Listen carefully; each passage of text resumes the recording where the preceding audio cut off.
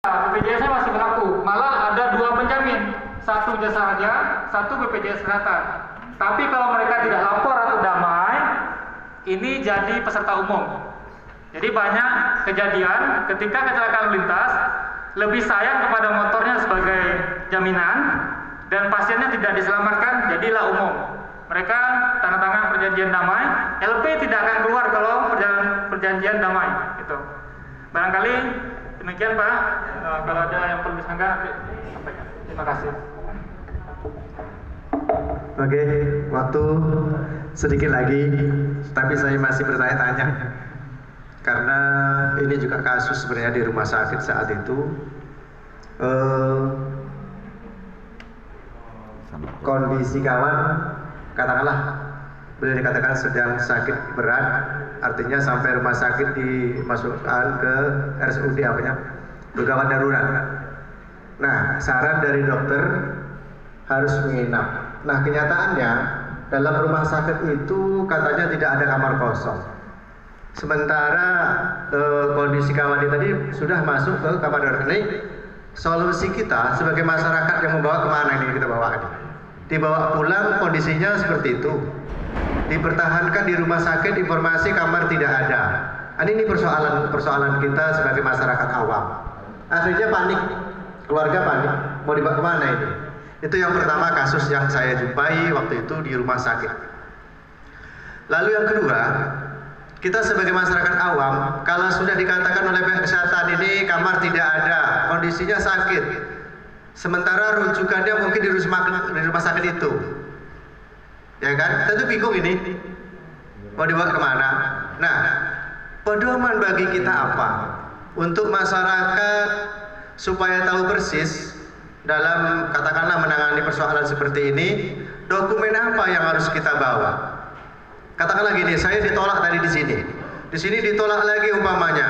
Apa dokumen yang bisa kami laporkan sebagai persyaratan? Sehingga kita tahu persis. Kalau ditolak di sini, berarti kita tahu ini loh. Berarti rumah sakit ini tidak mau menyalahi dari aturan main yang telah disampaikan oleh BPJS. Nah, kita sebagai masyarakat awam itu membawa pasien ini kan harapannya diterima dan terus dilayani. Kenyataannya di lapangan tidak seperti itu. Lalu untuk kita klaim ke BPJS Kesehatan, apa saja yang harus kami siapkan, termasuk dokumen apa kira-kira memperkuat sehingga kami bisa dilayani dengan baik. Itu mungkin Pak tambahannya. Terima kasih. Assalamualaikum warahmatullahi wabarakatuh.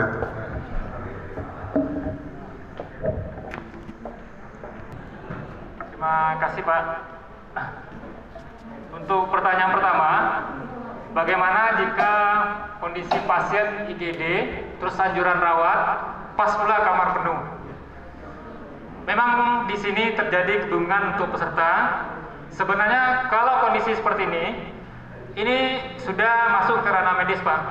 Jadi untuk pasien IGD, jika anjuran rawat tapi kamar penuh, itu harus segera dirujuk ke rumah sakit yang setipe dengan rumah sakit tersebut.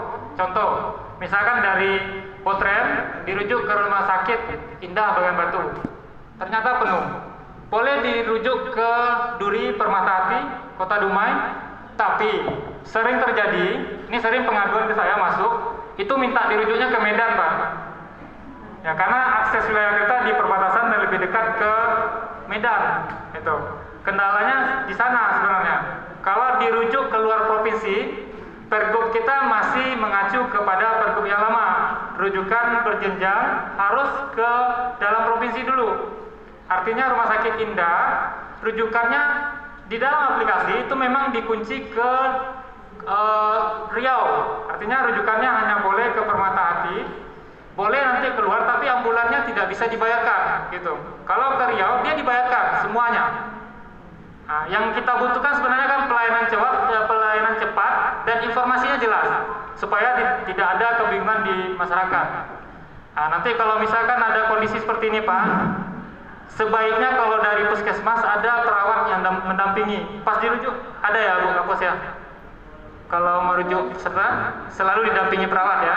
Ya kalau bisa perawatnya, makanya saya bilang tadi puskesmas sebagai kunci layanan awal atau gatekeeper. Kalau perawat di puskesmas ada tidak tahu alur pelayanan atau alur rujukan, bagaimana bagaimana pasien bisa tahu. Jadi dampingi peserta kita, kalau sudah dirujuk ya sudah, kita kembali. Nah, gitu ya. Jadi memang kuncinya adalah di layanan kesehatan rujukan awal atau rujukan tindak lanjut. Rumah sakit juga seperti itu nanti. Kalau mereka merujuk, jangan biarkan sama supirnya aja. Karena ada juga kejadian pas COVID kemarin, itu rata-rata rumah sakit penuh, Pak. Pusing tiap malam, 12 malam, Pak, kamar rawat di mana yang kosong. Kita lihat list kamar rawat di Mobile JKN memang penuh, overload, bahkan ICU-nya tidak ada tersisa. Nah, jadi pas puncak COVID kemarin kami mohon maaf juga karena memang terjadi overload di kamar rawat. Tapi kalau untuk sekarang dashboard-nya kan sudah jelas, kamarnya sudah berapa, tersedia berapa. Kalau memang ada masih dirahasiakan, pas di depan Bapak kejadiannya, telepon nanti, nomor kita ada di poliklinik. Kalau memang kamarnya ada, tapi pas Bapak tanya tidak ada, gitu ya. Terus untuk yang kedua, dokumen apa yang kita siapkan kalau kejadian ini terjadi kepada keluarga kita atau kepada pasien yang kita rujuk. Sebenarnya dokumen rujukan itu dari puskesmas ada surat rujukan online. Meskipun tidak dibawa, sudah terbaca ke rumah sakit kalau kartunya dibawa. Artinya rujukan online pun kalau robek di jalan, rumah sakit sudah baca, puskesmas merujuk ke rumah sakit A, B, dan C. Sama dengan rumah sakit kedua. Kalau mereka, misalkan rumah sakit Indah penuh, mereka merujuk ke rumah sakit Cahaya misalkan, itu dokumennya tetap sama, kartu BPJS, KK, data kependudukan jangan sampai tinggal. Kalau misalkan kartunya belum ada, KK-nya ada, bisa dirujuk pakai KK. Kalau kepesertaannya sudah terdaftar, karena di Piker, di aplikasi Piker Puskesmas sudah bisa mencari NIK, di aplikasi Viklaim rumah sakit bisa mencari NIK dan keluar nama kartunya. Nah, kalau muncul lagi masalah, ini ya, sering juga masalah, pas mencari NIK orang lain keluar, bisa koordinasikan kita, grup Piker kita sudah ada, grup PIPP rumah sakit kita sudah ada. Tuangkan di dalam grup itu, kita respon gitu. Kalau memang butuh sito atau butuh segera, klik sito, nanti kita respon segera gitu. Kadang di hari libur kan ada juga dalam berkeluarga kita lagi nyetir atau apa Pak, nanti balasnya agak lama gitu. Jadi nanti kalau memang ada yang sito butuh segera, nanti kasih memo saja gitu. Jadi dokumennya hanya itu Pak, kartu BPJS Kesehatan yang aktif, dokumen keluarga atau KK, KTP, dan surat rujukan dari rumah sakit atau puskesmas. 3 itu aja.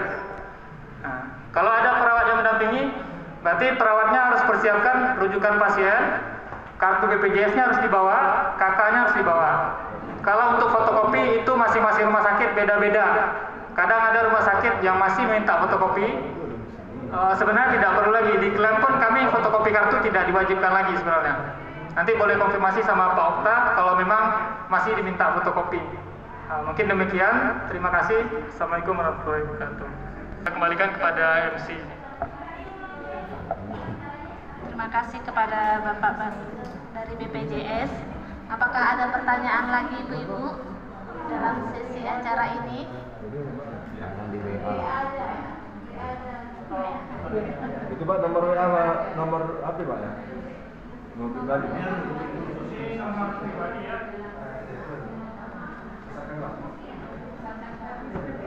Kata Bu, nomor HP, nomor WA. Nama siapa nama aku Pak? MG. Bandri.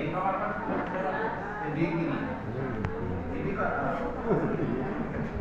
Yang ini sekarang ini posisi kami ini. Kami itu kalau mau menjelaskan bagaimanapun tentang BPJS itu, masyarakat itu tak percaya lagi sama kami. Gitu. Maka daripada itu kami saran kepada BPJS itu harus betul-betul sosialisasi ini kepada masyarakat kami. Langsung turun istilahnya ke desa-desa. Ke desa-desa, misalnya desa ini kami kumpulkan masyarakat kami supaya mereka itu betul-betul tahu, jangan dari kami. Kalau kan Babinsa, Babin Kamtipmas, Pengulu, bidan desa tak percaya lagi, kami berobat sendirilah katanya. Walaupun murah sawit, berobat sendiri aja lah. Gitu kira-kira.